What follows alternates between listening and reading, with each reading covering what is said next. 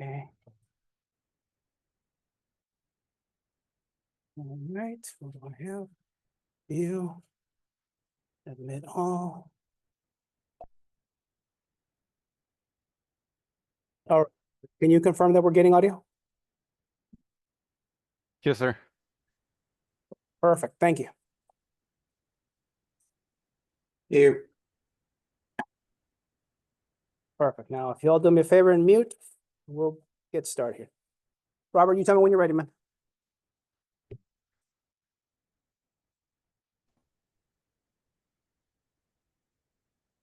Yeah, that mic on, okay, go. That'll hear me from there.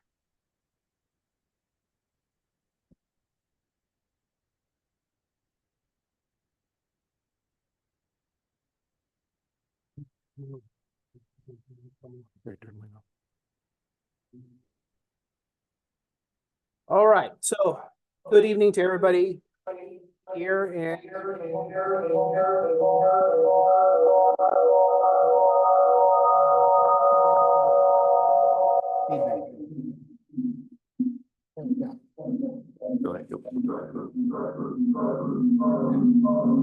all right, Robert, what am I missing?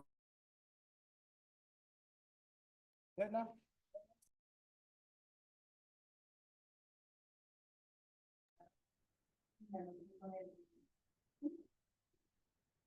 This side's muted, Zoom's muted. So the desktop and Zoom.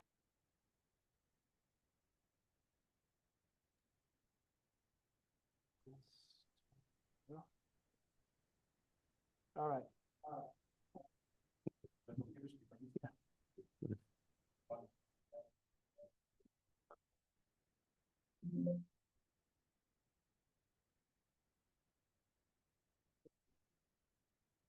It looks muted, sir. Muted,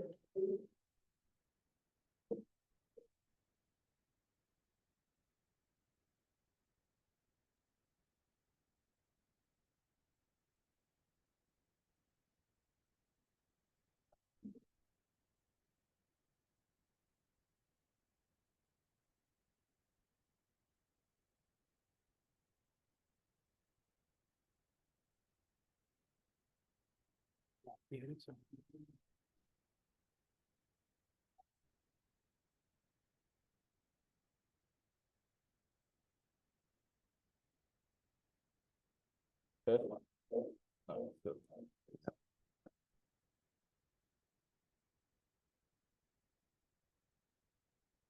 Nope. No, it's still coming through. That's what I'm using the past station.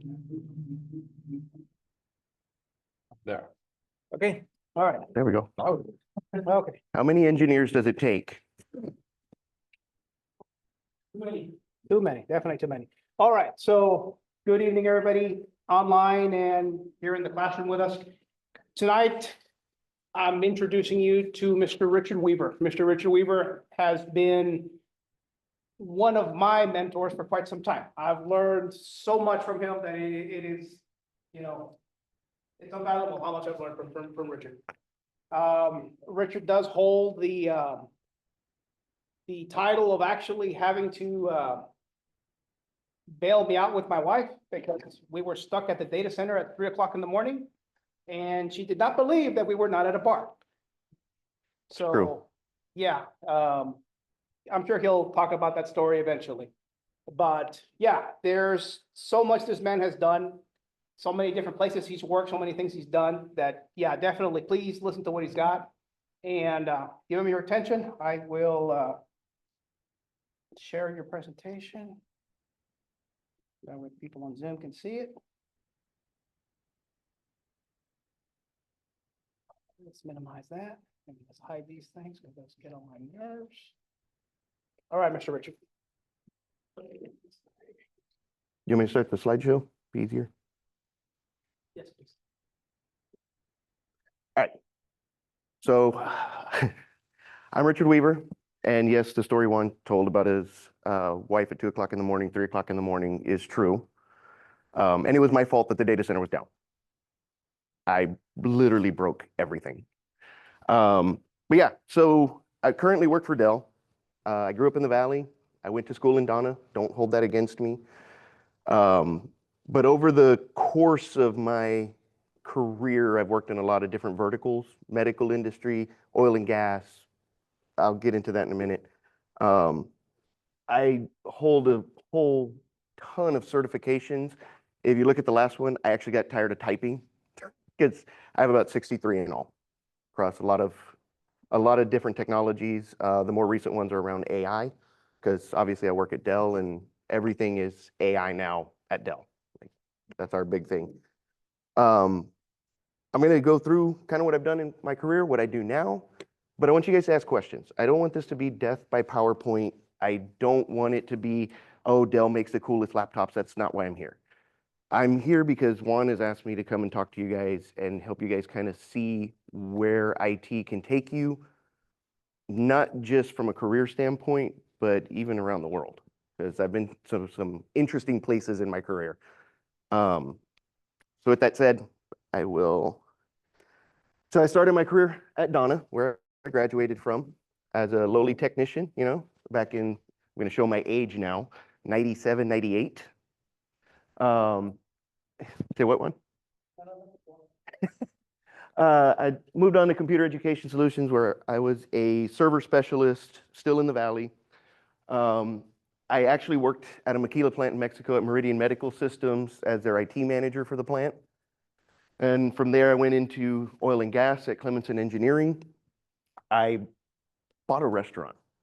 I still don't know why I did that. It's 2 years of my life I will never get back.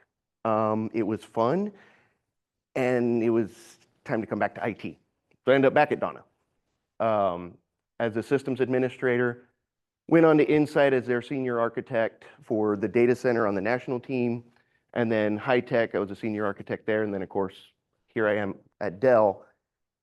The moral of all of this is when I landed here at Dell, all of that background, the knowledge of working in the oil and gas industry, working in the medical industry, having owned a restaurant, it gives you a very different perspective on IT and where IT plays in all the industries.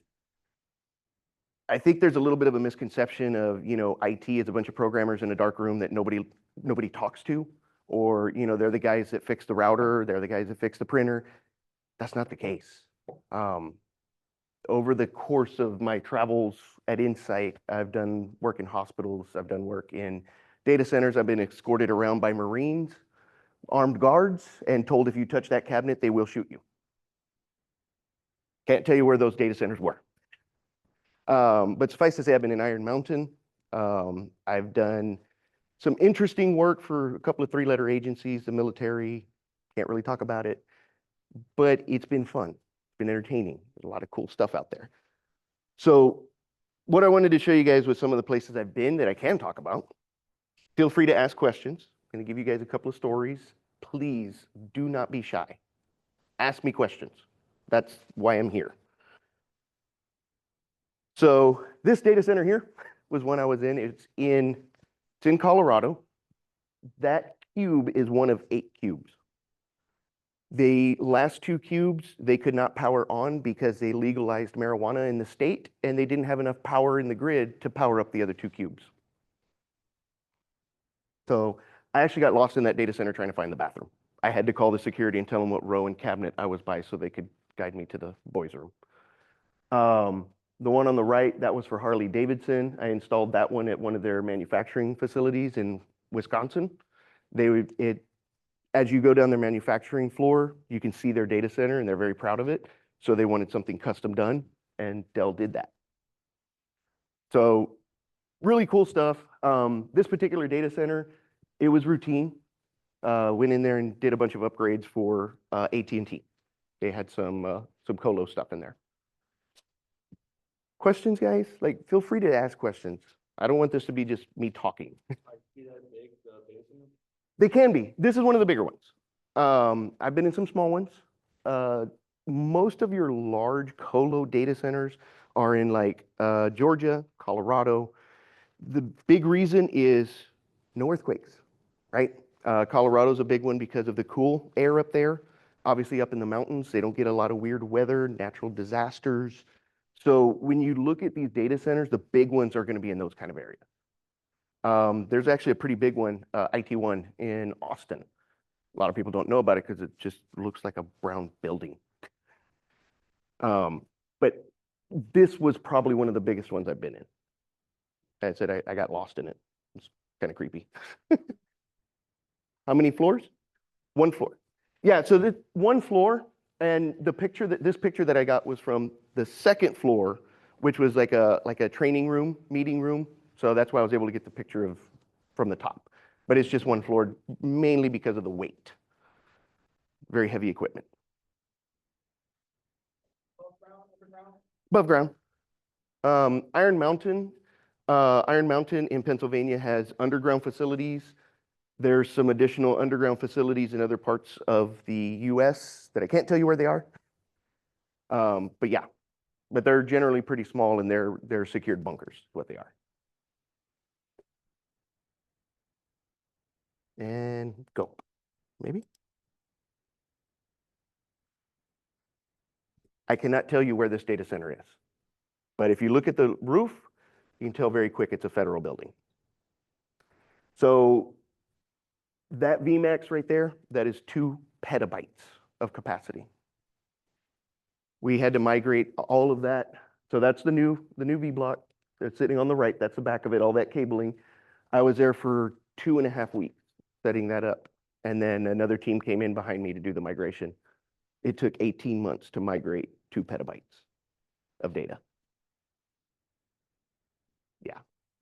I'll be honest, to this day, I still don't know what was on those systems. They didn't tell me.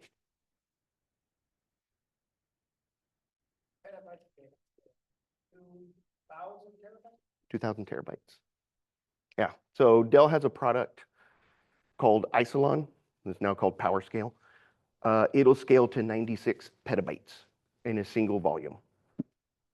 So that's a lot of Netflix shows. I'm sorry? I know. This one was an interesting one. I love this particular data center because it was probably the weirdest thing I had ever done. This was in St. Petersburg, Florida, for a hospital. So we go into an elevator, and the guy's like, yeah, we're going to go up to the new data center. The original data center is in the basement, and they don't use the bottom half of the cabinets because it floods. Right? Okay. So we go up to the new data center.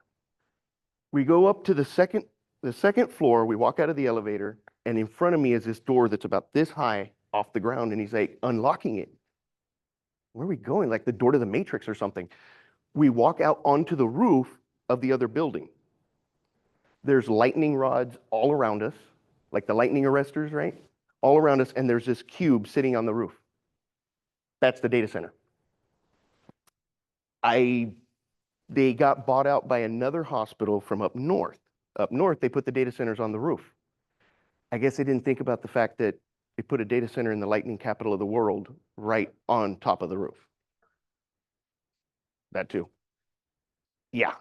And we got stuck in there for 2 hours because a storm came by and they were like, yeah, you can't leave the data center because there's a high probability you'll be hit by lightning. So we had to sit in there for about 2.5 hours. You guys are thinking, guessing, working in IT at this point, right?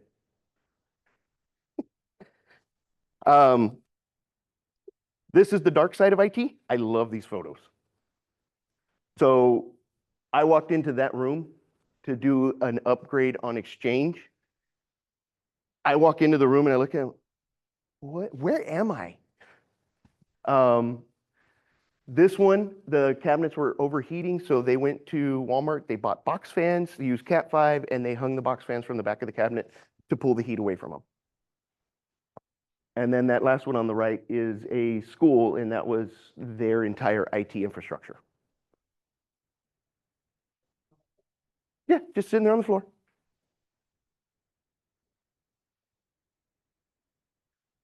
So all of these were when I was at Insight. So, they got salespeople, much like myself now. I'm on the dark side, I do sales. They go out, talk to customers, they need IT infrastructure, they need upgrades, they need migrations, they need help. Once the job was sold, then it would come to me, and they would tell me, hey, this is the goal. Here's what we sold, hardware, software. You're going to go make it real. The line you told them, now go make it real. Yeah, pretty much. Yes, 100%. Which honestly,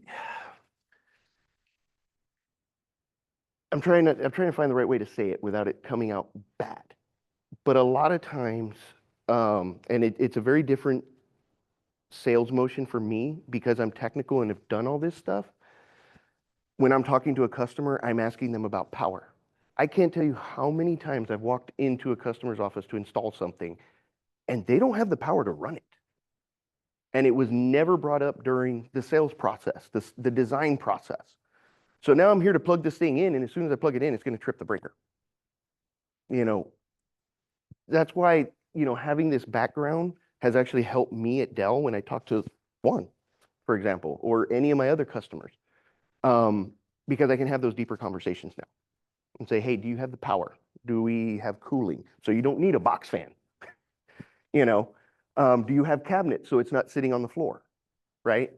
Like, these are the things that get overlooked very easily in IT because we're so focused on, I need the software to do this, right? And I need the hardware that runs the software. Well, but you also need power. You also need a place to put it. You need to keep it cool. Those are the things that are typically forgotten. So I'm assuming some of you guys, there's an engineering department here, right? Like mechanical engineering? Okay. Honestly, some of the best advice I could give you guys going into IT, go make friends with the mechanical engineers. The ones who come up with the cooling and the electrical for buildings and stuff. It will help you in your career. And I say that because those are the guys that figure out the cooling for that room. How many BTUs do you need to keep the room cool? How much power do you need to run all of that stuff? That's what those guys do. So if you can pick up some of that knowledge, it will help you. That make sense? Any other questions? Okay. I had to do it one. This was my personal lab at home. So I got a lot of gear from all the manufacturers that I did work for. I would get gear from them, and I built my own lab at the house. Yeah, that was my little enclosed garage in Edinburgh. I like to talk about this because as you go into this career, like, you can find a lot of stuff on eBay. I got a lot of this gear on eBay, super cheap. Yeah, it's old stuff, but it'll help you learn. Challenge yourself. Go ask the question to yourself and then go see if you can make it work, right? That's how you're going to get better. I know Juan does an excellent job of teaching you guys and everything, but just playing with it and breaking it and then going, oh, well, don't click that button again. That's going to be a bad day. You can't replace that kind of knowledge. I see you laughing over there. You've done it, haven't you? You clicked the wrong button? Yeah. So going back to Juan's story, I was doing an upgrade. This was when you were at Amfels, doing an upgrade, and I'm on chat with EMC support. Okay, need to confirm if I can pull the IO modules out of the unit. Yeah, go ahead. Unit's still powered on. Yeah, they're hot failover. Don't worry about it. Okay, so did I pull them over one at a time or both? No, pull them both out. Are you sure? That's not sounding right. Yeah, pull them both out. Cool. Pull them both out. One. I was there till 3 o'clock in the morning. They just shut down the plant. No server was starting, our phone system was dead, everything was dead. Yeah, they sent people home. Both possibly gonna get fired the next day. Yeah, no joke. I'm sitting there. I looked like I was probably about to cry. I think you might have actually cried a little bit. I'm just waiting for my boss to call me and be like, you're fired. You're out of here. Like, no. We worked until about 4 o'clock in the morning, got everything back up. People showed up at 7 a.m. Things were back online. Hours of sleep that night. Still had to go back. Yeah. Yeah, and then I had to sit there the rest of the day. But I mean, these are the things that happen in IT. It's going to happen. My son now works in IT. He lives in Arizona. He works for High Tech, the company I came from. He's the senior network lead for Arizona State University. Like that, he works for High Tech. They're contracted, but he does all the networking stuff for ASU. I tried to tell him, you are not truly a geek, an engineer, an IT guy until you've broken it 3 times. And the 3rd time you fixed it and you have no idea why it worked. That's when you've been successful. When you don't know why that fixed it. Because I can't tell you how many times he's asked me, why did that work? I don't know, but it works.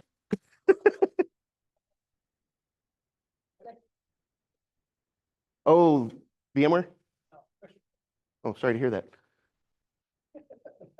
Yeah, like you're gonna have these weird things that just work and you have no idea why, and you just sometimes have to accept it. But yeah, so now, knowing all of this is what I do. So I've taken all the knowledge that I have, all the stuff that I've done over my career, and you've participated in my IT workshops. So I talk about, you look at this. There's your applications layer up at the top, right? You've got your network layer, transport, your compute layer, your storage, your data protection, disaster recovery, whatever you want to call it. Everybody thinks that this is where it ends for IT. Yeah, I got some servers, I got a backup, I got storage. Yeah, that's it. That's where it ends. It's not. There's technical challenges, there's people challenges, and there's financial challenges, there's operational challenges. The things that I've learned over the course of my career with everything I've done is you can have some of the best cybersecurity in the world, the top of the line, Palo Alto, everything. Everything is perfect. And Susie in accounting got an email for a free Amazon gift card and she clicked the link. And at that moment, none of that means anything. That's the people challenge. So you guys coming into IT, you guys have to help bridge that gap with the end users because they don't understand all this. So you guys have to help bridge that gap and help them understand, don't click the link. Nobody's going to give you a $100 Amazon gift card because it's a Tuesday. And I've seen so many organizations be taken down by a simple email. It's pretty sad. So when I do these workshops, now that I'm on the sales side, we walk through what they have. What are your goals? Well, we want to simplify. We've got all this IT gear everywhere. We want to simplify it, make it easier to manage. We also need to make sure that Susie in accounting isn't going to click that email, right? So they need training. There's a lot more to the conversation. And that's really what I do at Dell now. Dell has a full breadth of stuff. I think everybody knows we make Alienware, the gaming laptops. We make laptops, hardware, servers. But we also do a lot of what we call transformational technology, where we come in, we meet with you, we talk to Juan, we do this workshop, and we try to help you do it better. Help you avoid headaches, help you not, I don't want to say spend money incorrectly on IT. The saying that I like to do is this: anybody can come in and basically sell you guys 100 terabytes of capacity. But when you're running an IT shop, you have to ask yourself, does it solve my problem? Does it meet my security? Because this is the other thing you guys are going to deal with in IT security: CGIS, HIPAA, PIP, personal information. All of these things are important, and they become more important over the years because of cyber attacks, hackers. I mean, you guys see in the news all the time, I'm sure. T-Mobile. I think T-Mobile gets hit about every 6 months, right? 3 months? Yeah. I don't know why I give them my money for my phone. My information's everywhere at this point. But it's important to look at, I'm not just buying this, I'm solving problems, I'm solving challenges, I'm fixing things, I'm plugging holes in my security posture. And then we do a lot of stuff around run books. Anybody heard of a run book? No? Has anyone heard of a run book? No? Okay. Give you an example. A run book is an operational book that when bad things happen, this is the process. This is the procedure. You guys in IT get to write that. That's the cool thing. So for example, it's 3 o'clock in the morning. Data center goes offline. Server, blew out a motherboard. Okay, fine. Well, now you got to restore from backup. Where's the backup? Right? Where do we restore the backup to? Which backup do we restore? That's where the run book comes in. It's a procedure that you guys will follow to restore those backups and recover. So like a lot of what I do is help customers establish run books, policies, best practices for updating stuff. But yeah. So I've talked a little bit now. I'm sure you guys have questions. Beat me up. Please don't leave me up here by myself because it's kind of How long did it take you to get that out? That big? for that big what? That was probably about 6 years in the making. Yeah. I started putting together my lab somewhere around 2010, finished it roughly around 2016. And interestingly enough, this campus inherited all that gear in 2019. So it's somewhere in this building. In the outside of 505, as well have requests, there's a room across the hall. Yeah, all that gear's in there. Is it 506? Yeah, I'm not sure. All I know is it's got an access control, but I don't know what stuff is in there. You want to check it out before you go? Reminisce. Since you're in sales a lot, I mean, you've got to be exposed to a lot of the newer stuff coming out, relevant stuff like that. Most of us are students. So what would you say in your sales experience within the last 2 years and with future sight in the answer are some of the more sought after certifications or that employers are looking for their employees to have, right? And just because it's so large, right? Because there's compliance, security, where I guess let's do networking and cybersecurity. So from a networking and cybersecurity standpoint, anything cybersecurity is hot right now. That is one to keep up with. I forget what the actual numbers are, but how many of you are aware of the hits that have happened in the Valley? Just here. How many have there been?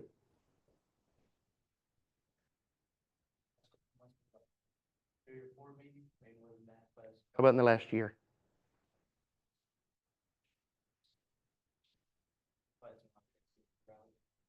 So there's probably been over 20 to 25 in the last year, just in the Valley. A lot of them aren't talked about because a lot of them are caught pretty quick, but it's all thanks to keeping up with technology, right? DDoS attacks or even injection attacks where, they're trying to get into the network, stuff like that.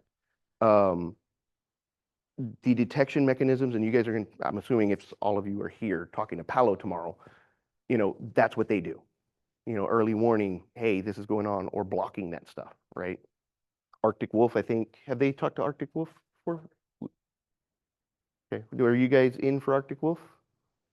They do some really cool stuff at the endpoint. But yes, cybersecurity is hot. I know right now just at Dell, we have a bunch of cybersecurity careers open. And we're also taking internships. Dell.com/careers. Go check it out. Person or remote? It's a combination. It can be either or. It just depends on the job, right? Or the internship type. Because some of it might be at our facilities in Austin. Others might be more remote. It can vary. So I guess, let's say, aside from the internship, what can you put someone, there's a lot of competition. Right? Cybersecurity is a hot topic. And now there's a whole bunch of groups and, I can tell you this boot camp and we'll get you at Dell or, so what are some things a student can do Assuming there's not like an internship of some kind. I know you said the home lab, so that's a good one. Let's say like cybersecurity. So my suggestion is always cybersecurity is kind of an interesting one because if you are trying to like learn more about cybersecurity, you can get yourself in trouble real fast with the little flipper zeros. I own 2 of them. I'm not allowed to take them anywhere beyond the house. But a lot of times what you can do is, well, let me backtrack. At my 2 previous IT gigs, I would vet new people coming in. Hey, we have a spot to fill for a new engineer, level 1, a consultant, whatever. The one thing that I personally looked for was passion. If you're passionate about what you do, you're going to excel at it. But how do I know you're passionate? I'll be very candid. I know we're in an instructional institution. I always told my son, the degree gets you the interview. Work experience, certifications, internships get you the job. Because for me, that says you're passionate. For me, that says you're truly invested in what you want to do for a living, your career. There's a ton of companies that are always looking for internships. You know, even then, public library, they have IT systems. Go volunteer. I'm not even kidding. School districts during the summer, you know, Brownsville ISD, Harlingen ISD. Go ask if they could use a hand over the summer to image laptops, to update systems, to anything, you know, and you'll learn. That to me, if I was interviewing you, that says you have passion about what you're doing versus just having a degree and going, hey, I have a bachelor's, master's, whatever the case might be in this. Well, that's great. But what have you actually done with it? Did you go volunteer, like I said, at a school district to try and learn more? That's what I would look for. That would be my suggestion. And the school districts are hungry for help, and they will teach you. Some of the best on-the-job training I ever got was at the school district, because honestly, some of those systems are a little sketchy. Another one is AI right now. I think every single company on the planet is talking about AI. I have my own mixed emotions about it because I've seen the Terminator movies, but yeah, I see the analytical side of it, you know, for, you know, confirming computational stuff like that, but I don't fully trust it to make a decision. Does that make sense? Other questions? You guys are quiet, kind of freaking me out a little bit. I have a question. Hello? Oh yeah, Azure went down. Yeah, AWS, yeah. Here's an interesting question for you guys. I'm a big person on computer history. You know, where did we come from, right? How did we get to the technology we have today? Who knows why it's called a bug? Like when you're talking about programming, why it's called a bug. It was a bug, literally. It was a moth. Moth got into the vacuum tube systems on one of the Navy systems and quite literally fried it. And that's why it's called a bug in the system. So when you look at like AWS, you look at Azure, a bug can ruin your day. I want to tell them about Stacy. But DNS is not a bug. DNS is not a bug. DNS will just ruin your day very quickly. Is it not replicating?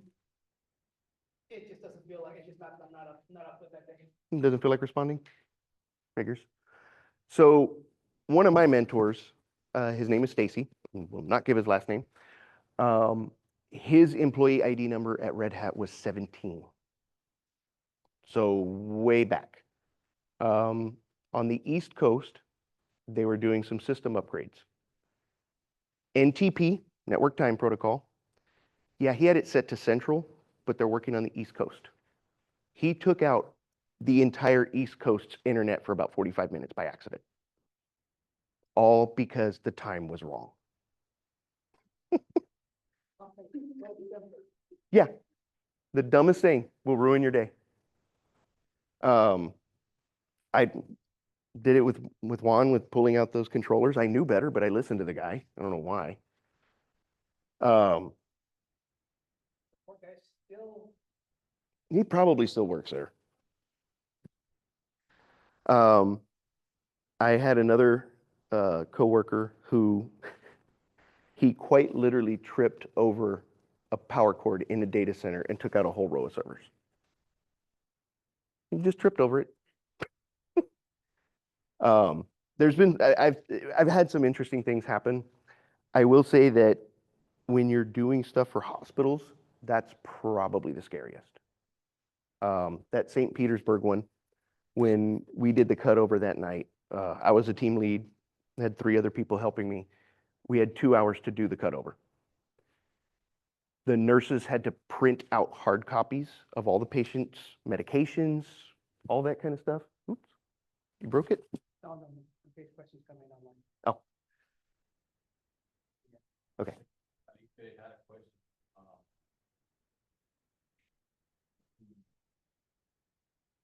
question.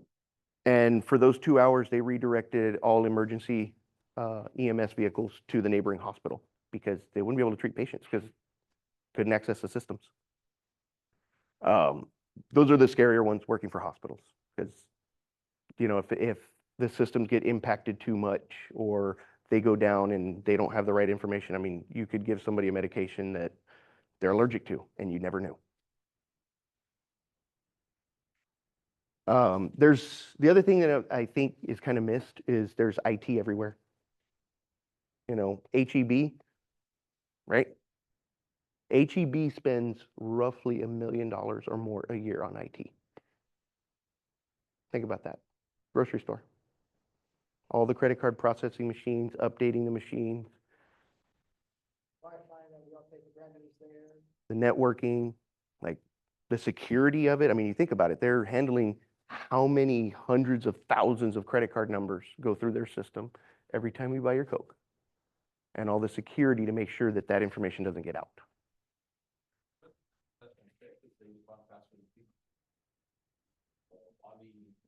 Mm-hmm. The logistics behind that, yeah. American Airlines. How many of you have flown American Airlines? Okay. Did you use the app?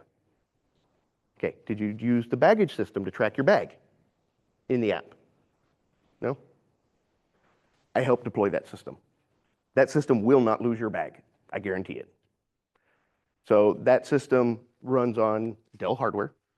But that system, when it's going down the conveyor, there's 16 lasers that read all around the bag to read that barcode. So that's why when they put the bag tag on there, they also put the sticker. That's why. So yeah, American will not lose your bags. But if they do, don't blame me. Is there a question? No, okay. Was there any, like, specific job or? Responsibility that you had where you found like what you were doing to be more on the educational side? Yeah. Yeah. So obviously when I was at Donna, it's all education, right? So, and do you mean more like teaching or? Towards you where you were picking up a lot more information rather than just doing the work. So where I was picking it up and I was learning more? It's every day, man. Every job that, or every project that I went to presented its own set of challenges.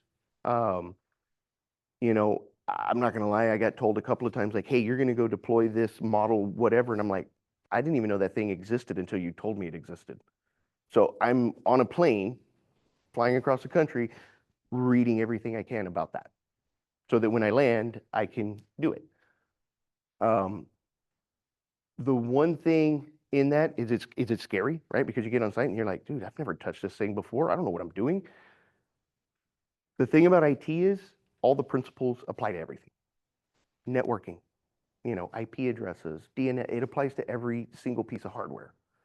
The power, the interface is going to be different. How you configure it might be different, but general knowledge can get you through it with the other documentation. So yeah, I was always learning. I think that's honestly why I have so many certifications, because it was a never-ending learning process. And honestly, guys, been doing this, what, 20, almost 30 years. Yeah. Yeah. Making me feel old, man. But the one thing about it is because it's constantly changing, you guys constantly have to learn. You're constantly going to have to learn new technologies. Today it's AI, tomorrow it might be something else, right? And some of those things are industry specific, right? The vertical, like whether it's healthcare or oil and gas, everybody uses IT similarly, but then they have things that are very specific to that industry. Something else? You look like you have a question, man. No?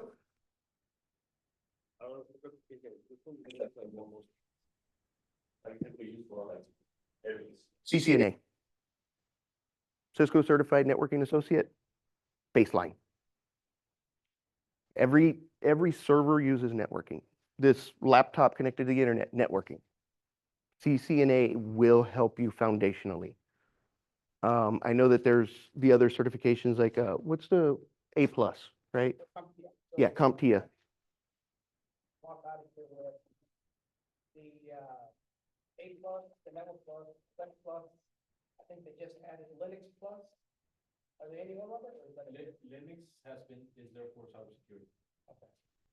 CIA doesn't have it, so It's Network Plus, A Plus, Security Plus, and for cybersecurity, the Linux Plus. The routers class is based on the CCNA through the CompTIA system, but since the CCNA is Cisco, it's not CompTIA.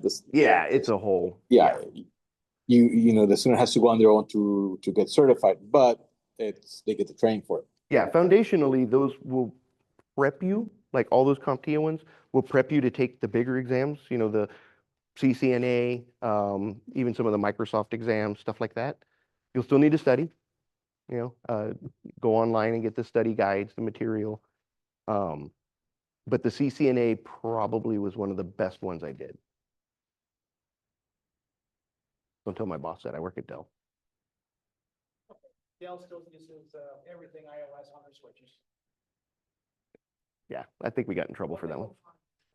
Regardless of the network switch that you use, 90% of them are going to use the Cisco interface.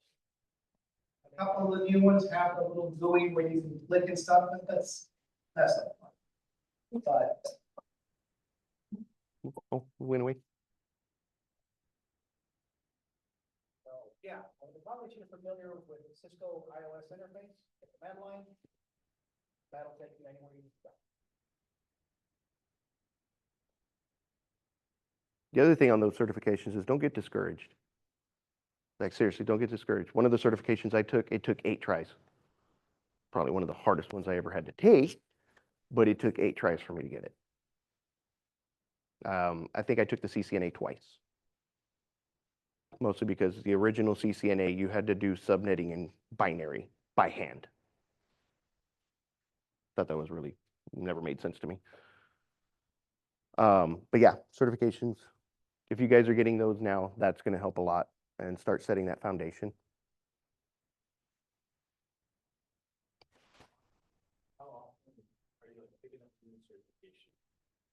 So most of your certifications, like the Cisco ones, for example, they used to be for life back late 90s, early 2000s. But just like even educators now, you guys have to do your hours every year, right?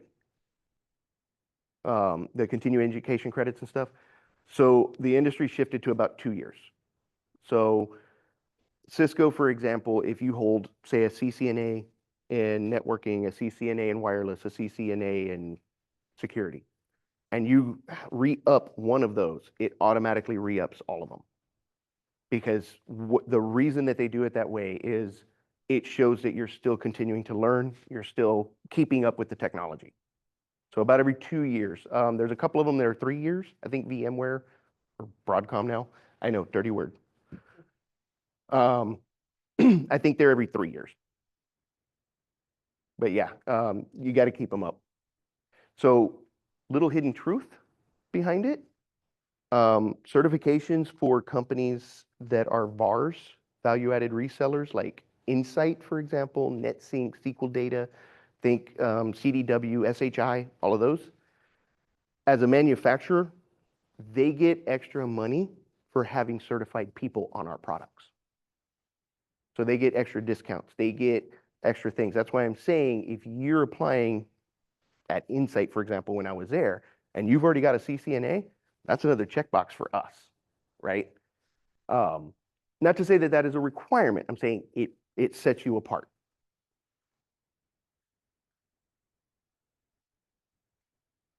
One, you want to? Having those certifications probably takes time. takes Oh money, yeah. But a lot of those certifications probably didn't come out of the pocket. No. Once you get on with a company, they'll generally pay for it. The way it works in the industry, I'm going to throw my kid under the bus for a second. My son's 30. I love him to death, but he doesn't take advantage of the company he works for. And I know that sounds horrible when you say, like, well, why are you taking advantage of the company you work for? They're willing to pay for all the certifications he wants to do. They'll pay for the training material. They'll pay the $250 now per test. And he hasn't taken advantage of it.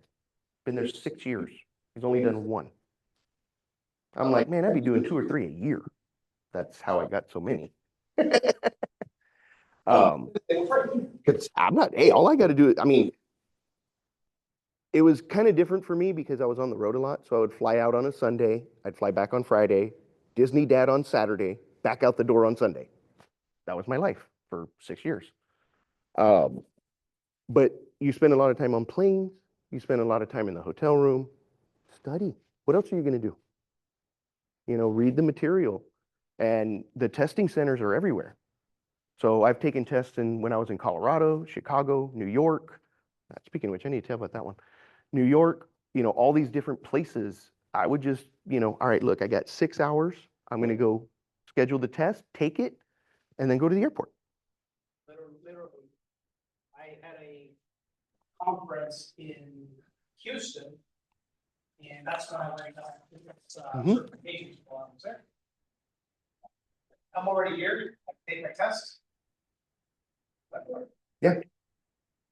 You know, and then when I was at INSET, they started sending me to conferences, you know, EMC World, VM World.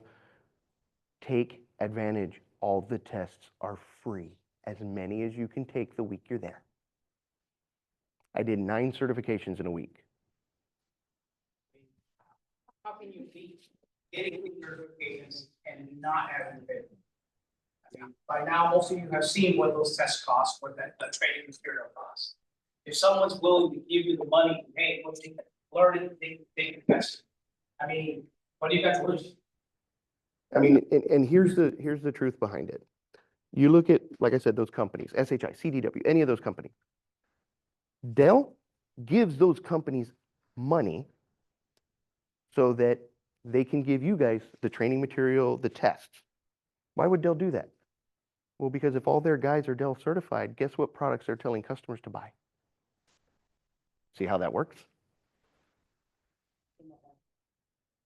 So what? Still not buying iPhone. I'll get you one day. One day you'll have one, even if I have to give it to you. But yeah, guys, if you can, and even like the districts down here, yeah, they'll pay for them too. You know, as long as it's relevant. It's a little harder for a school district to do it, right? Because the money's tight and whatnot. But sometimes they can. You know, and especially like if they're buying a new product, I do this all the time. You know this firsthand. I do this all the time. Because I understand the people challenge, right? I think training is very important. what I do is whenever one of my customers buys a product for me, say a power store, for example, they've never used one before. I did the demo, they liked it. They're like, yeah, man, I want one of those. I include training credits. They don't cost us anything. I include them. So I always include the training credits because you need to be successful with the product that I gave you, right? That I sold you so that you guys, you know, in turn being successful, you're going to continue to buy Dell, that kind of thing. So it's important. So it all goes back to that knowledge, right? What else? Cool project, New York. I actually got to do the V block that runs the digital signage systems for the 9/11 memorial. That one was heartbreaking, like to be there and install all of that. But it was one of the cool projects. I even got to go to a Broadway show. You know, but I didn't pay to fly to New York. Company flew me. So sometimes you got to take advantage of, you're going to get to see the world depending on what you're doing. I never got to go to the other side of the planet. John, when he was here. Oh man, John. He's been, what, to France? He had a trails in France, South Korea, South Korea, he had one in Germany, Brazil. There was somewhere else that he went to. Go see the world for free.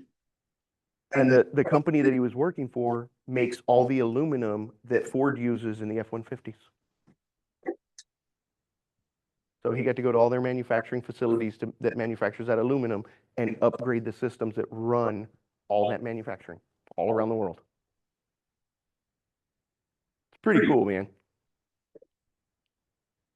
So now for like a resource part, what would you, Cisco has net. Mhm.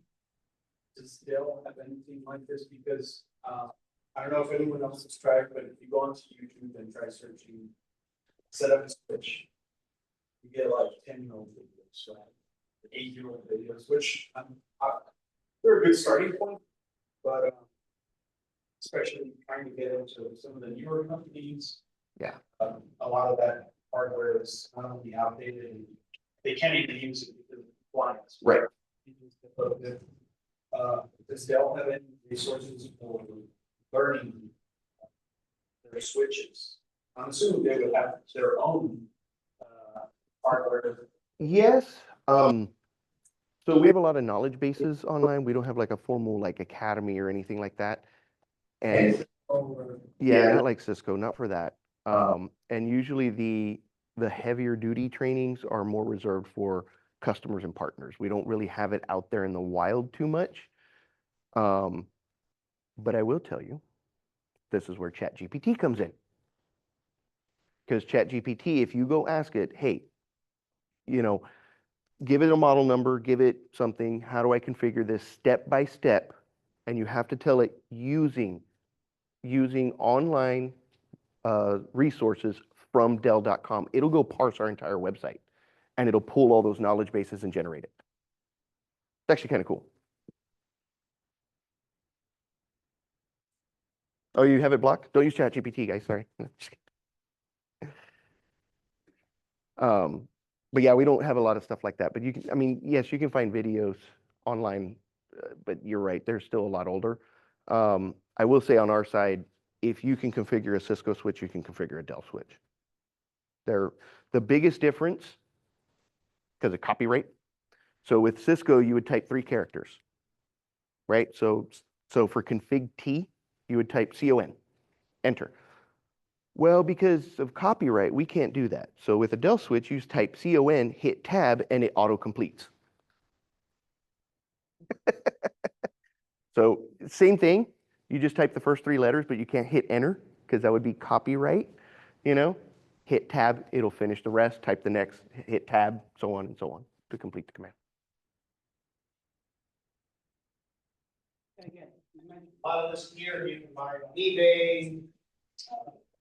All over, sure. Being able to get that gear is, yeah, I understand you all get the test outs and get the simulations that are in your lab work.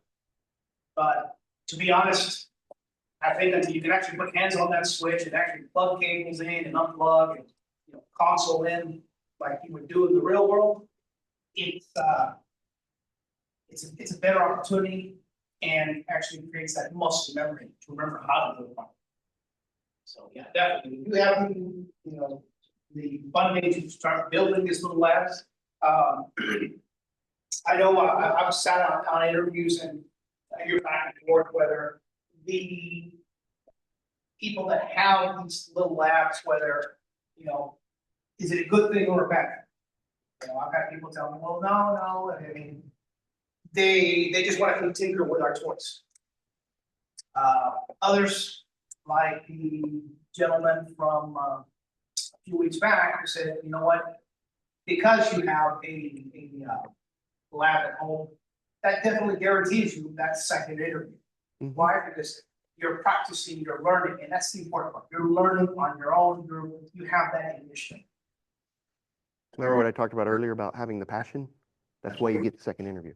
At least with me. You don't see it as a job. I'm very passionate about what I do. I love technology. I love tinkering with it. I love breaking it. I love reverse engineering it. I love driving him crazy.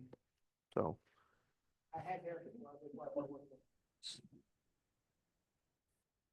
But yeah, eBay can be your friend.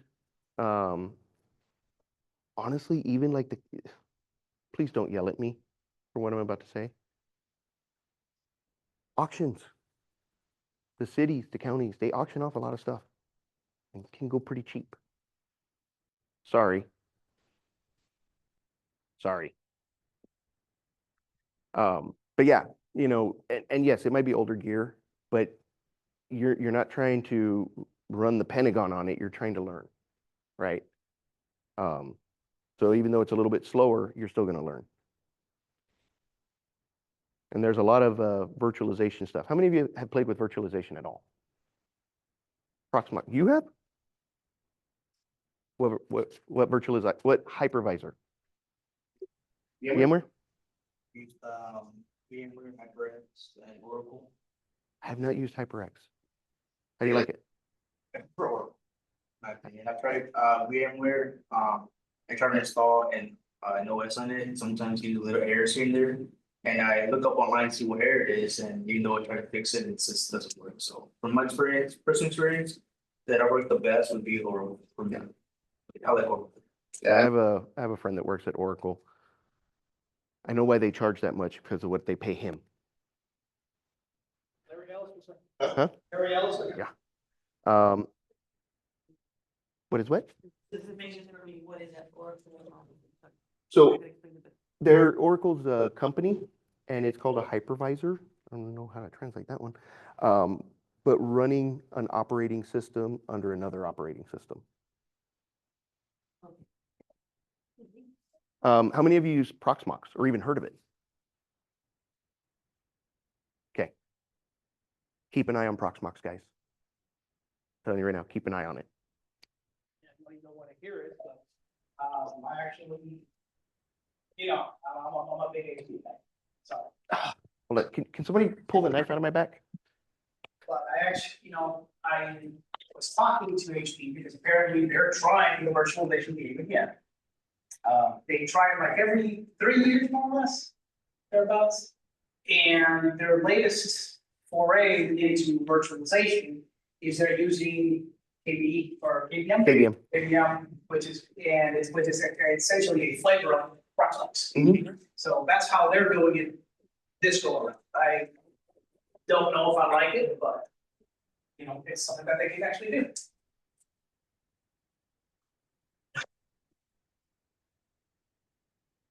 Give it 2 years. And they'll be right back to square one again. Exactly. They're still talking about simplicity. And I haven't heard simplicity in over 10 years. Yeah. For a reason. Yeah. Yeah. SimpliVity went to HP to die. But anyway. But yeah, Proxmox guys, the reason I bring up the hypervisor is because there is a lot of products online, like even Dell, some of our storage stuff. We have a virtualized version of it that you can download run it on VMware and play with the interface of a power store. How do I get access? Dude, it's right there on the website. I sent you the link twice. That's a data bill. Took me a while to figure it out. That's a data bill. Yeah, the power store one. Yeah, the power store one's up there because we just updated it. We'll have to send that link. I'll find the link again. And a lot of other companies have very similar things too. How many of you guys have done firewall stuff? No? pfSense, familiar with it? pfSense?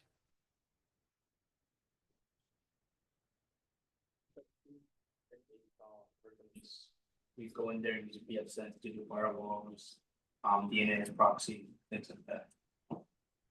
I have a love-hate relationship with pfSense. I hate it because you're always tweaking it, but I love it because, man, you can learn a lot. Yeah. So so for those of you looking at the security, the firewall, those kind of things, yeah, go. I run pfSense in Hyper-V. I run it in Proxmox. I run it in VMware. Fire it up and tinker with it. You know, these are just like free resources that you guys have to grow. It's not going to cost you anything. You know, Dell offers like free courses that we can take, where at the end they'll give us like a certificate for completing those courses. This is when I wish Sarah was here because she's all up and up on that. I can ask. Let me get your information, or I'll find out. There's a few out there, but I don't know the details on it, man. Yeah, I don't know. I mean, I think they have some stuff, but yeah, I'm not sure. Get those like certifications, but then like certificates, do those also help learn? Oh yeah. Again, it's the passion, right? Anything that shows initiative, willingness to learn helps. The biggest challenge, and I'm guilty of it myself. I'm going to follow my own sword here. The biggest challenge in our industry is you reach a point where you're like, dude, I'm tired of learning this stuff. Because there's just so much. Yeah. But if you're going to work in the industry, you have to keep up with it. You know, so it's a forever learning process in IT. And just showing even the simplest certificates that you went and, you know, took this course, or you went and did this online thing, or what have you, it's going to show that you are still in the game. You're not going to go, you know, because no company wants someone who's going to come in and they're going to go stagnant. Because what's going to happen to IT? It's not going to be upgraded anymore. It's going to start to go stagnant. And companies can only progress if their technology is progressing with them. Do you remember what it looked like 10 years ago? Yeah, Oh, it's stagnant? nope. IT has changed a lot in the last 10 years. I mean, you think about it.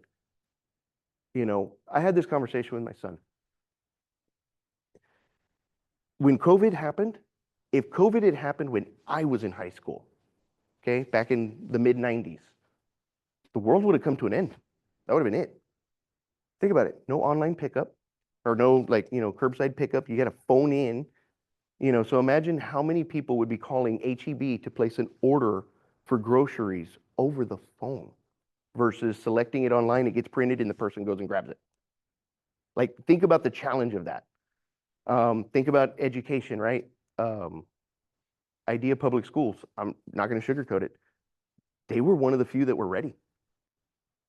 Like, they were ready for it because they had so many devices that they could just get out to the students. So now they could be at home.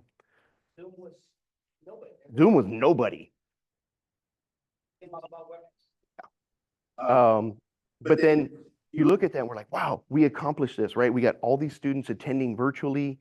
You know, my wife's aunt, she teaches at PSJ. She was literally teaching from her kitchen countertop to a class of 20 during COVID. But then for all the advancements of that and how quickly we were able to pivot and do that, it presented new challenges. Connectivity, network speeds. I mean, we started saturating the internet at that point. So, you know, Spectrum, I've got a few friends that work at Spectrum. They had some very serious issues with bandwidth because of it, you know. So they had to pivot very quickly and start laying new fiber, start upgrading their systems to keep up with the demand. You know, you guys are going to work in IT, so we talk going back to like the people challenges and stuff like that. Here was a new challenge. I give you, I'm a school district. I give you one of our laptops. You go and do something, air quotes, illegal, adult content, get where this is going. Who's liable? You, the district, because I gave you that hardware that you used inappropriately. So because of COVID, it presented new challenges. So all these new companies were coming out of the woodwork to do remote content filtering now. These are the things that just, from one day to the next, there's like 5 companies that pop up that can do remote content filtering. And think of it, you would think that the need for content filtering stops at default. No, it does not. So Adults have no problems. Behaving on the internet. So this is my work laptop. I work for Dell, my work laptop. The USB ports are disabled. Every time it connects to the internet, it automatically, without my choice, connects to our corporate VPN so that everything is content filtered. I cannot get to ChatGPT from my work laptop. And you're probably like, why? The reason being, because I have customer data. ChatGPT uses the global knowledge and things that it's given, and it becomes part of the record. So if I put customer data on ChatGPT, someone else could be privy to that information now. That's why it's blocked. This is why companies are creating their own large language models, their own internal chats, so that they keep customer data internal and it never gets out to the wild. Because if it does, that company's now liable. Things you didn't think about. You're back there going, I never thought about that. But yeah, so I can't use a USB drive. I mean, I can use my mouse, right? But like USB drive, I cannot use a USB drive and copy data off this. Dropbox is blocked. External, like your personal OneDrives, can't get to it from the Dell laptop because they want to make sure that our customer data does not go anywhere it shouldn't. And our Fed division is even worse.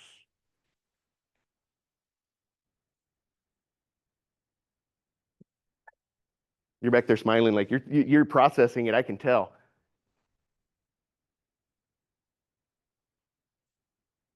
No, but it's the stuff you don't think about, right? You know, and look, it's nothing against your teachers, right? It's nothing against your teachers, but these are the things you're going to encounter in the real world that they can't teach you in a classroom. You know, they can talk about it. They can give you the, hey, you got to worry about HIPAA. But then you start getting into the deeper thing. So one of my school districts came to me and they're like, hey, AI, what do we do, man? We're scared. Because here's the problem with AI. If a school district does a language model that a parent can go on the website and just ask, what bus is little Johnny on? Think about what just happened. I just told someone on the other end of a computer what bus this kid is going to be on.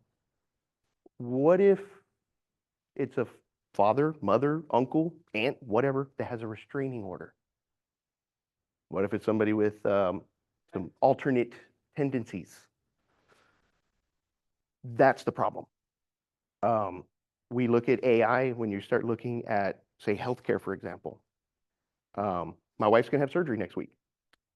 Yeah, brain surgery of all things, on Monday. So I'm having to get all this stuff from United Healthcare. Well, they won't talk to me because I'm not her, HIPAA. So she had to give me access to it. But if, let's say they used an AI Well, I know her social security number. I know her birthday. I know all of that. I can go into this AI, give it all that information and get anything I want. Who's liable? See? So that's the darker side of things. That's the darker side of, using AI, chat models, stuff like that. Not just providing research papers and reports. Perfect example is David, my old boss. He loves the Hulk, right? Like, I mean, he's got the pops. He's got Hulk memorabilia everywhere.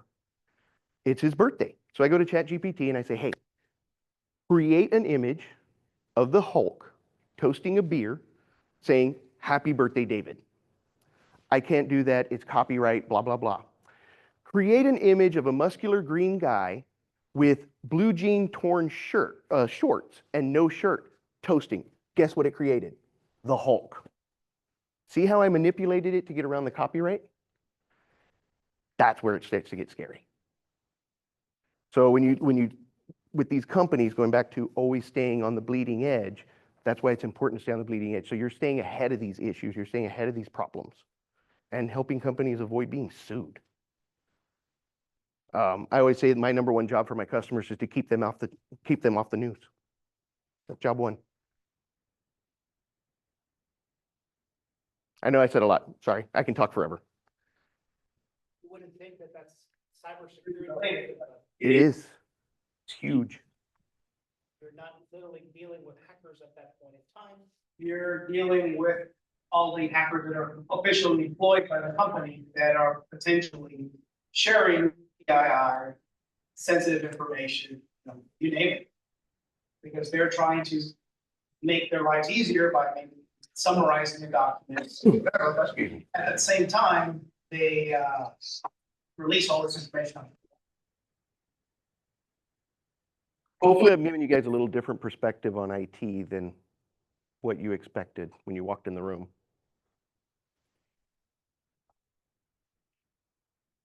Any other questions?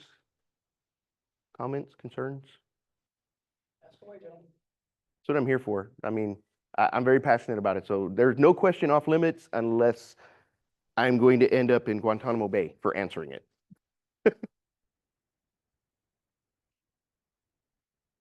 Actually trying to get the engineer from SHI that actually did IT work for Guantanamo Bay.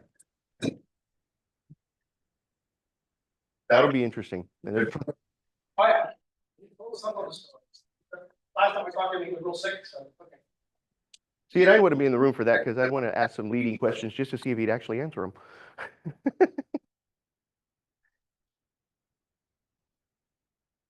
Any other questions, guys?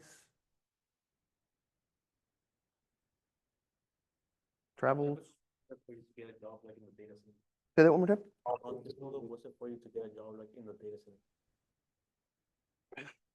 Is there a lot of competition? There's quite a bit of competition. This is where I will tell you network. Okay. I have quite literally been offered jobs just because people know who I am and what I've done and what I'm capable of. Networking is going to be crucial. This also goes back to what I was telling you earlier about volunteering in summers at school districts. I mean, honestly, I got my start at a school district and I have no shame in saying that. I learned a lot there. I mean, I got my first computer when I was about in third grade. It was a Commodore 64 with a tape drive. Yeah, there was no floppy disk when I got mine. If you don't know what a Commodore 64 is, go look it up. There's a whole subculture for Commodore 64s. But I got my first, big boy job, right? Just as a technician at a school district. I learned a lot. I learned a lot about how things work, public, all that kind of stuff. And that kind of catapulted me. So for you guys, that's what I'm saying, go volunteer. Juan knows a ton of people in technology. The companies that I mentioned, SQL, Insight, NetSync. See if they need some of it might be paid, some of it might not be paid. But you can't put a price on the knowledge and experience that you would gain. That's the most important thing you want. You know, you suffer, I tell my daughter all the time, like you suffer a little bit now because it'll pay off later. Because that's what'll set you apart.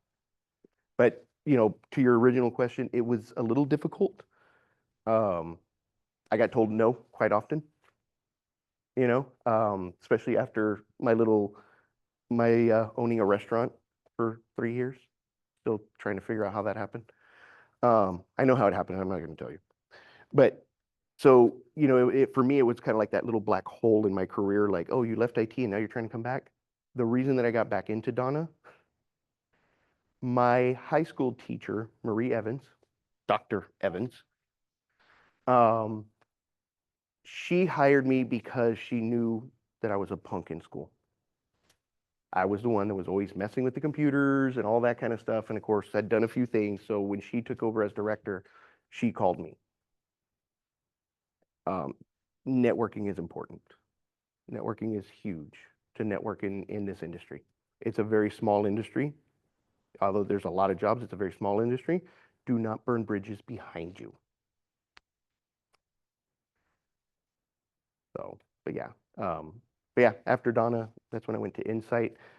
I went to Insight. Has Derek talked to them? Second or third speaker.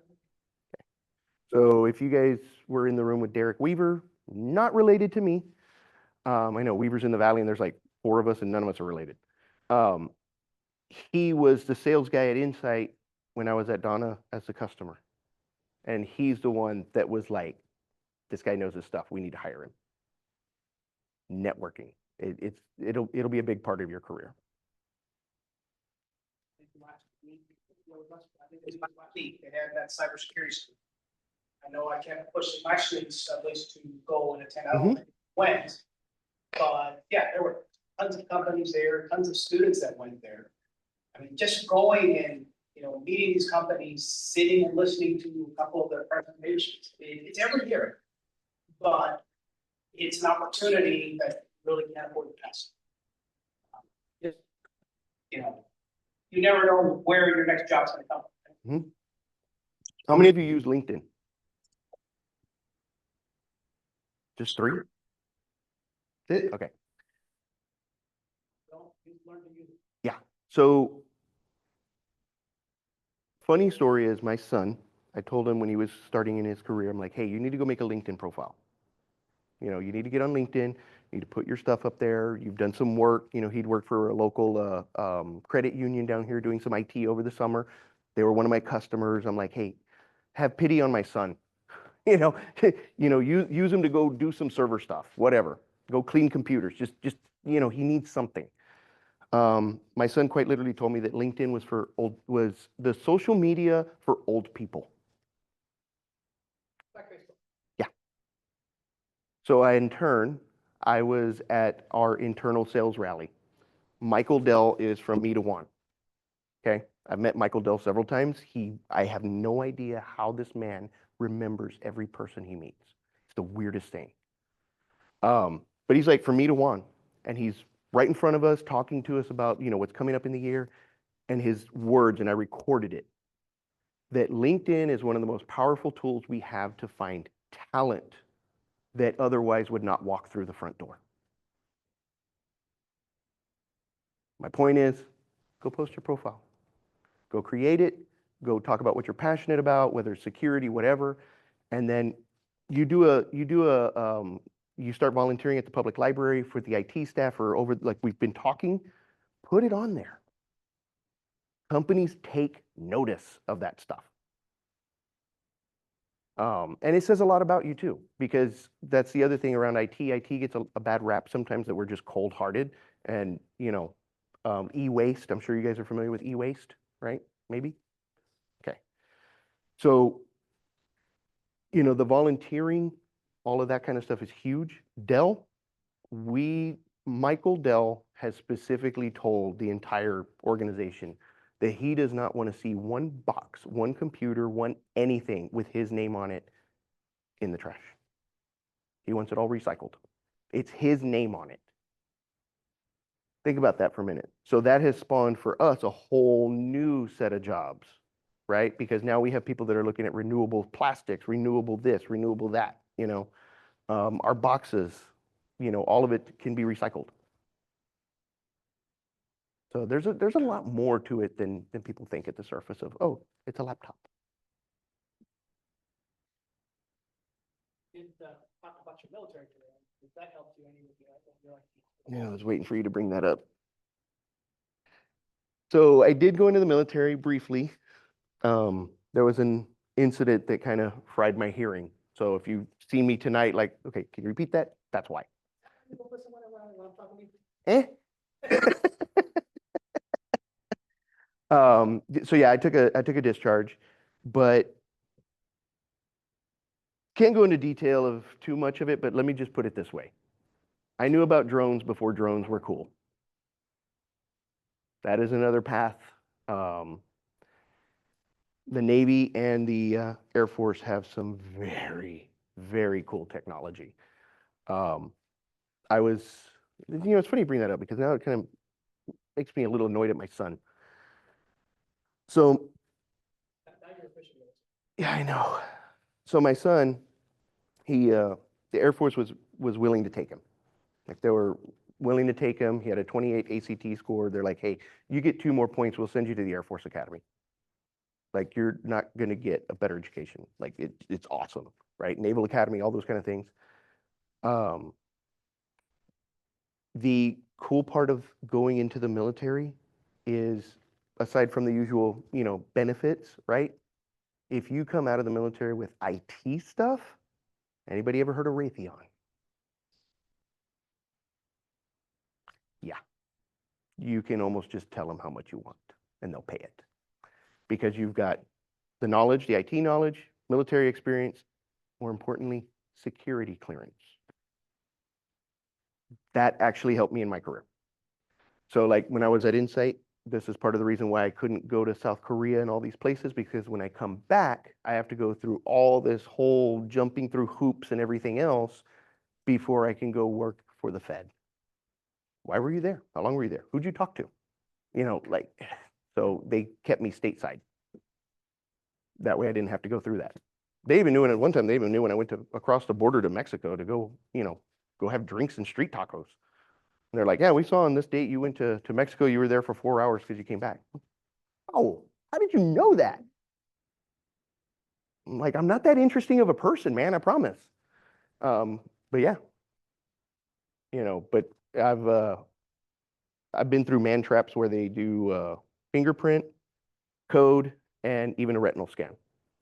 3 man traps before you can get in the data center. So, you guys familiar with a man trap? No. Okay. A man trap is, you go through this door, right? Now you're in this room. The door behind you closes. You're trapped. So it's called a man trap.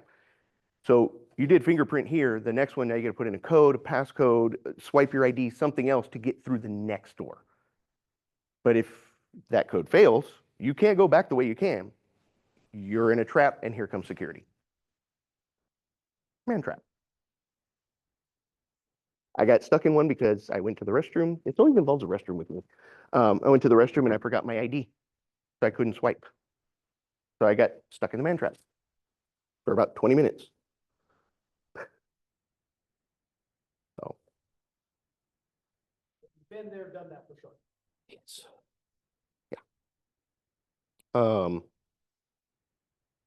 Some of the more interesting stuff, you go on military bases or some of the more interesting data centers, they're going to give you a laptop. You can't use yours.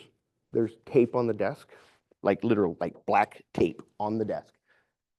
The laptop has to stay within that tape. If it moves out of it, somebody's going to come tap you on the shoulder. You don't want them tapping you on the shoulder. Not going to end well. The reason being, hackers have figured out how to interpret RF and EM from the drives clicking to get information.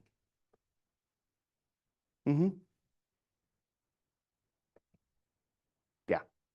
Did you know that in your house, if you have Wi-Fi in your house, there's interesting people who can use it to figure out where you are in the house because of how it interacts with water in your body? versus the walls. Yeah. Go at home and turn off the light. This is the darker side of IT. This is the more interesting side of IT. This is where we start talking a lot about security. The one semester I let me teach the wireless security class. Oh, I bet that was fun. Oh, yeah, we used a pineapple, we spoke TSCs, SSID. I had a couple people that learned what board driving meant and tried it. I had some students that went to certain coffee places and was trying to see what they could get on their Wi-Fi. So, quick question. How many of you connected to open Wi-Fi, Starbucks, any of it? You're a naughty person, you're a naughty person. Did you? Yeah, you're definitely naughty. Here's why. Anybody heard of a man-in-the-middle attack? Do you know how it works? Okay. I would go to Vegas for Black Hat once in a while. You turn off your Bluetooth, you turn off your wireless, and you just pray that you don't get compromised. Yeah, like just don't have anything that has power, right? Like you're back to pen and paper, man. So it's interesting because we would sit there and I would rebroadcast. So I'd connect to the Wi-Fi, right, at the hotel or whatever. I'd rebroadcast like the locked Wi-Fi because I had the password to it. I would rebroadcast it as free Wi-Fi. People would connect. So a man-in-the-middle attack, what it does is when you're trying to get to a website, it obviously has the SSL certificate. Well, I will give you an SSL certificate, then I go and get the one from the site you're trying to access. So now I have the certificate. I can decrypt that information, but I gave you one. So now as you're accessing things, I'm giving you what you're asking for, but I'm watching all of it. Credit card information, name, birthday. Mm-hmm. Yeah. Open Wi-Fi is not always the best thing. If you're going to connect to it, VPN somewhere, anywhere.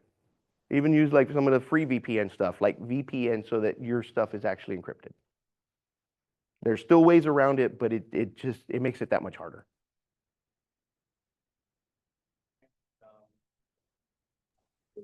You go into a spoof website, even though you're connected to a VPN, that device is still getting back. Oh, yeah. Yeah. Yeah, all the VPN does is encrypt your traffic so it can't be read over the air. That doesn't stop you from going to a website and getting picked up by a hacker or someone trying to load malware on your machine. It's not a security, it's just a. So, how many of you have older parents that use smartphones? iPhone, Android? Android?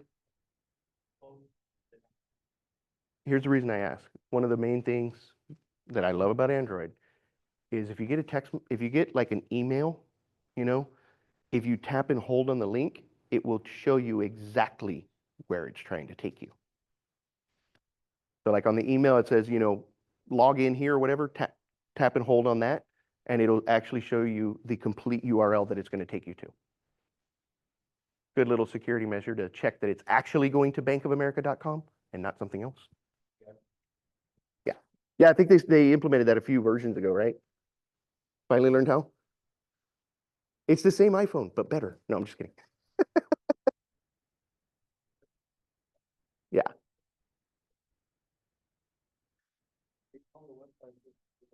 I'm sorry? If on the website, it doesn't really matter. Well, URL. So that's what you're looking for is mainly the URL. By tapping and holding, you're going to see that it's going to bankofamerica.com, for example, versus like bit.ly, you know? The other thing my mom, I love my mom. She was funny. She didn't want to get on the internet because she was afraid she was going to hit something and delete everybody's like life. Like it doesn't work that way, Mom. But yeah, with the older generations, I've had to like just type. If you get the email, don't click on it. Go open up the browser and actually type it in. You know where you're going now. It was just easier. Going back to the people challenges, right? One way that they could get around the URL thing is by compromising your computer or your DNS or your host file and pointing that URL on your computer or your DNS entry, or like with man in the middle attack, to a different server. That's not the legitimate one. Oh, yeah. So another thing that, I have to be careful about this one. Another thing you're going to deal with in IT, especially if any of you interested in the criminal side of IT. Okay. That industry is growing. Card swipers, at the gas pumps, they're cloning card, all that kind of stuff, right? The other thing is the person shall remain nameless. But suffice to say that someone I know started kind of online dating, right? Person's from New York, had pizza sent to the house, they chatting all the time, all this kind of stuff. And then that person was like, oh yeah, hey, so by the way, I ordered something for you at Walmart. You can go pick it up. It's under your name. Awesome, right? Cool. Person goes to Walmart, picks it up. A week later, gets arrested. Credit card fraud. The item was purchased with a fraudulent credit card, but because she was the one that picked it up, they identified her on the camera. Figured out where she worked, went and arrested her there. Yeah, totally innocent. Social engineering, totally innocent. But how do you prove that you weren't involved in it? Yeah, so now has a criminal record. How easy can that happen to parents, especially if you have older parents that don't know any better and don't think to ask, someone that may have skills to be aware of social. Good. Yeah. There's a lot of really sad stories out there, but it's all related to IT. Like, you guys are the next generation. You guys are the ones that are going to, for lack of a better way of putting it, help battle those challenges, right? That's going to be you guys. I do like talking about it because it's real. Because it does affect you, your parents, grandparents, what have you, because they didn't grow up with technology, so. And it's getting worse with the cyber attacks and stuff, especially with AI. There was a recent one. You're gonna love this one. There was a recent one. I stay plugged into this for obvious reasons, working in IT, but there was one of the more recent ones is if you get a phone call and they ask you, can you hear me? Don't say yes. What they do is they record you saying yes. You already get where this is going. You nodded your head. And then they sign you up for something, and now they have your voice saying, well, they agreed to this. Yeah, like it's all, so I bring that up because you're like, well, what does that have to do with cybersecurity IT? It has to do with it because companies are trying to find a way to combat that, right? Because you think about it, if I got that call on T-Mobile, why wasn't T-Mobile blocking that? If they know that that's a person from overseas scamming people, why aren't they blocking that number? And how do you prevent them from spoofing other numbers? That's going to be you guys figuring out how to combat that stuff. Random call, and I answer, but I go on mute, I don't say anything, probably, which is probably waiting for me to say like, yes, or just say something that way I can capture my voice, actually just use it for whatever. Right. With AI coming in and all of that, how many of you guys have seen or even heard of the movie Sim 1? Go watch it. It's actually very relevant to what's happening today. Yes. So Sim 1 is under the premise that this actress, super beautiful, sought after actress, but nobody's ever seen her on set because she's not real. She's AI, and they put her into these movies. That's what the movie is about. Is there an argument right now about an AI actress that people are trying to figure out who's going to represent her. Mhm. She doesn't even exist. I forget which country it is right now. I think it's Switzerland or something. I forget who it is. They're trying to pass laws that your voice and your face are copyrighted to you at birth, period. Because right now they can use your likeness. Like AI has changed everything. The reason, like for example, Robin Williams, when he did Aladdin, he made Disney agree that they would not use his voice in anything else. That's why you never saw a second one with his voice. So it's pretty interesting, the darker side of technology, the challenges you guys are going to face. But as sad as it sounds, it creates jobs.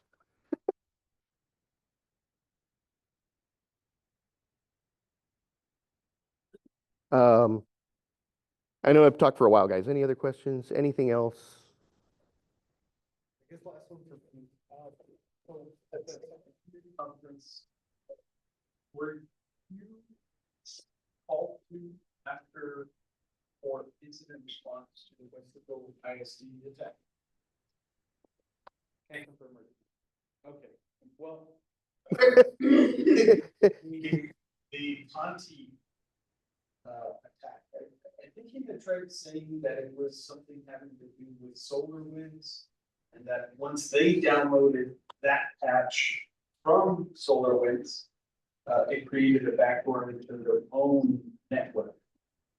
But I don't know, the way he had described it sounded kind of weird, so I thought maybe it was just a phishing link, and it was a little embarrassing to say, yeah, just massive attack happened through phishing, rather than. Well, the original SolarWinds attack was an actual update.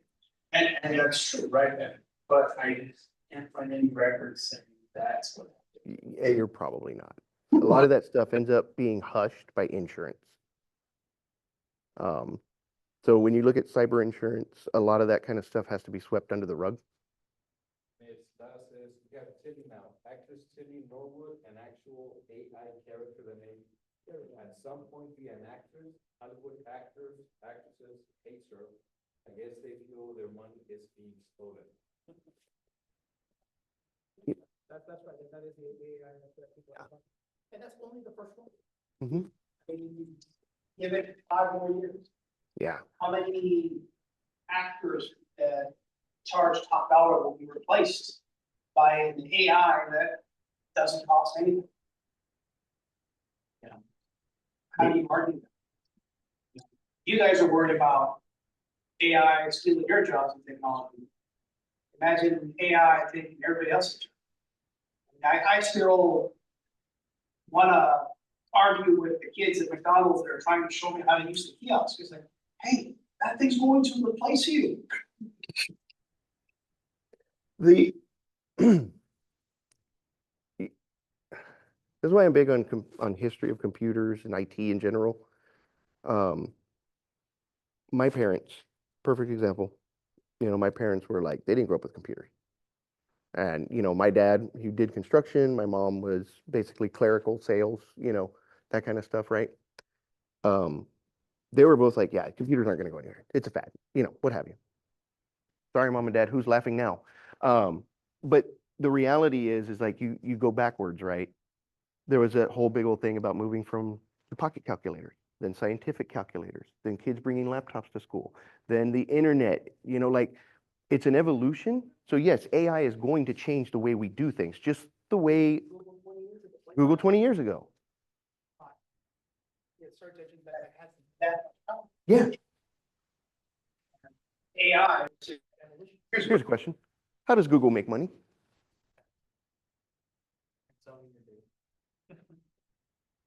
There it is. The single most important, valuable thing is data. So I had an incident that happened when I was the systems admin at Donna. Special ed director lost a USB drive that had PIP on it. So now the district had to pay for credit monitoring and all of this stuff for that Excel sheet that had all those student names on it. There's real costs to these types of things. Thankfully, nothing ever happened.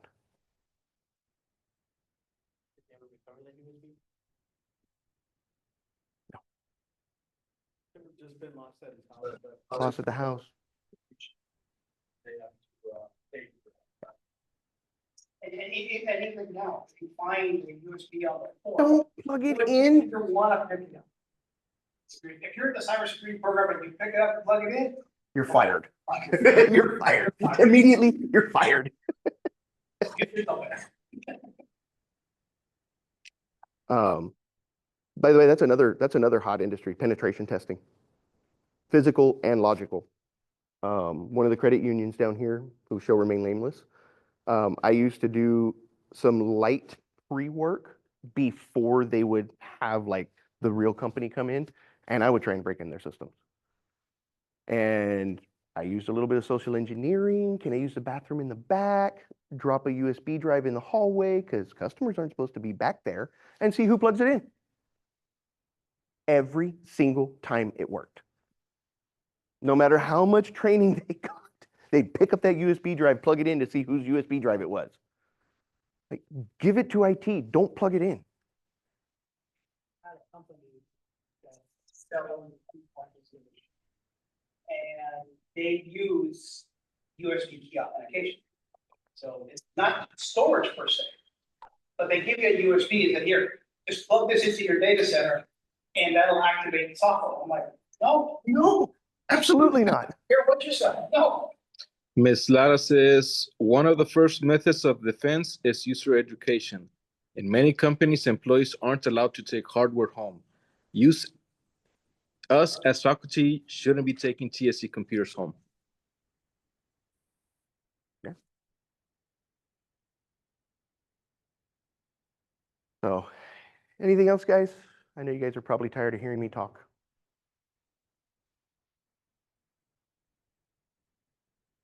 All good? Anything? All right, Mr. Weir, thank you for coming to talk. Of course. As always, thank you for being there the last 25 years or so. Here's to another 20 more. Awesome. That or we retire, one or the other. Yeah. Gentlemen, lady, tomorrow we have Palo Alto Security. So we have probably one of the biggest security companies out there. They do internships, they do all kinds of stuff.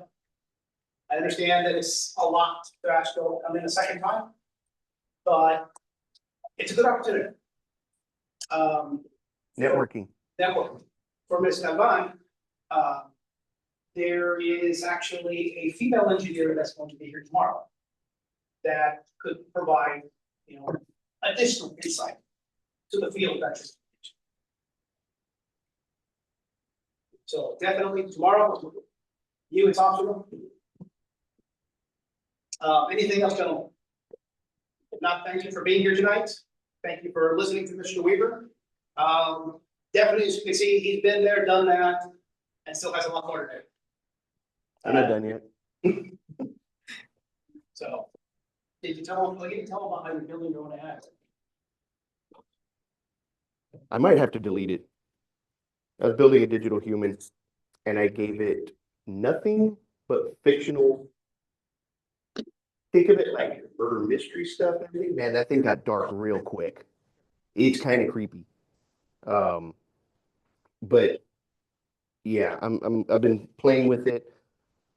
Digital human, basically one to interact with, but it's all about what you feed it. If you give it bad information or, stuff. Children, right? Yeah. Sure, you use the open source. Open source, large language models and open source. We've got a lot of tools at Dell, like in development that I have access to in our labs and stuff. So I keep mine in a bubble because this one over here thinks it'll turn into Skynet and take over the world. Yeah, it probably would be by fault.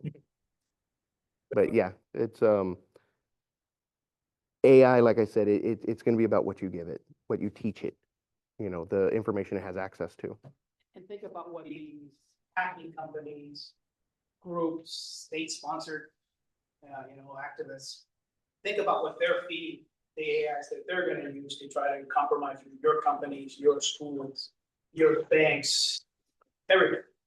I mean, they're gonna have prime knowledge on how to break into the system. Here's a random question.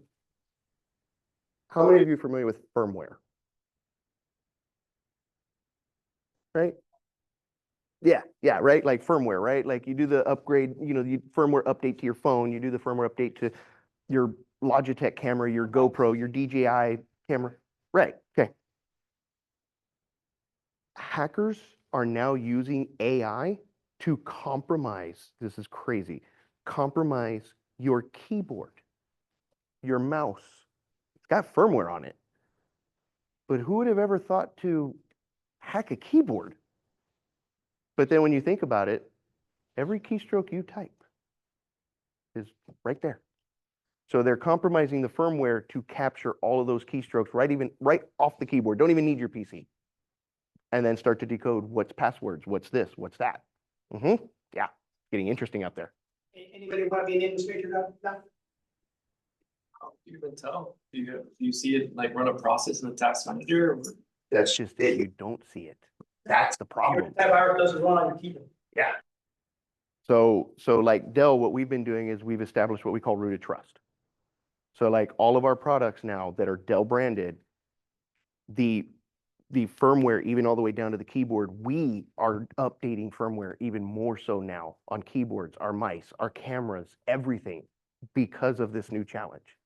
And the rooted trust is basically it's a hash that we use. Can't tell you more about it because, well, then you can compromise it, right? But it's a hash that we use to ensure that our products, once your keyboard is updated, once the stuff is updated, it doesn't take anything without the hash. But it's getting interesting. Like it's wild out there, guys. It's kind of crazy. Encryption on your keyboard to your desktop. It sounds insane, but we are getting to that point now. And it's funny that you say that because there was at Black Hat, they intercepted and captured all the keystrokes from somebody's wireless Logitech keyboard. How many we don't have? So, guys, you guys are in for a roller coaster. I hope I didn't scare you away from IT, but it's going to be fun the next 10, 15, 20 years. It's going to be very interesting. I hope you guys are ready for it. They're not gonna have a choice to be ready. We're gonna be told to do the work anyway. Yeah, can somebody's got to replace me? I want to retire already. Gentlemen, thank you for coming in. Yeah. And I hope to see as many of you tomorrow as possible. Again, thank you. Mr. Weaver, thank you again. Of course. Mr. Medallo, thank you for being our audio video. No problem.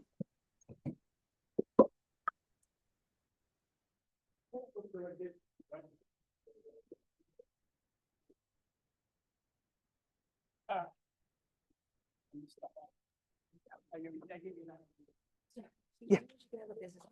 I do. And not, Ms. Lara says, but- thank you for sharing with but- us. I promise I won't hack your phone.